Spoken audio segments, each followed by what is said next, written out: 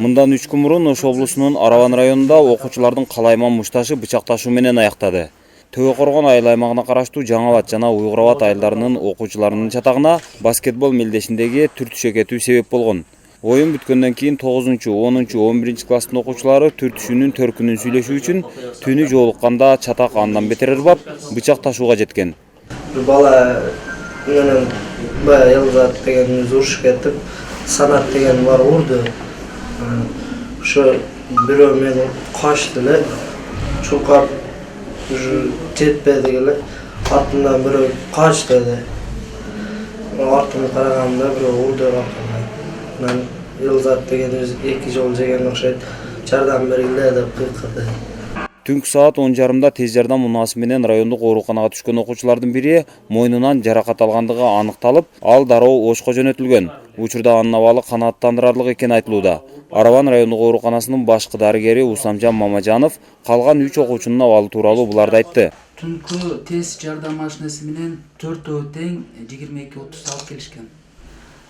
Бизде кечирилгич медицина бөлүмүнө жаткызып, бардыгы адистер, дарыгерлер көрүп, бирөөсү реанимацияга, калгандардын экөөсү травматология бөлүмүндө, бирөөсү хирургия бөлүмүндө жатышат азыркы мезгилде.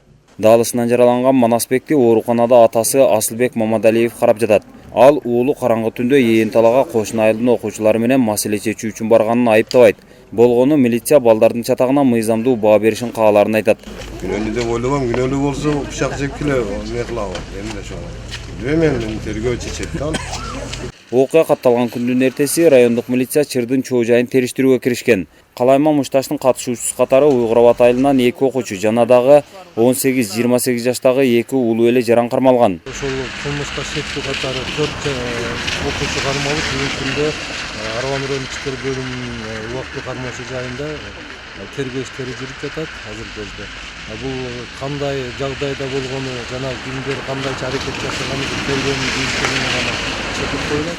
Буга чейин да көп улуттуу Араван районунда жаштар арасындагы достукту калыптандыруу үчүн футбол мелдеши уюштурулган болчу. Ал мелдештерде да жаштар достошкондун ордуна адеп мушташа беришкенден улам футбол өткөрүлбөй калган. Ыдырыс Исаков, Азаттык, Ош.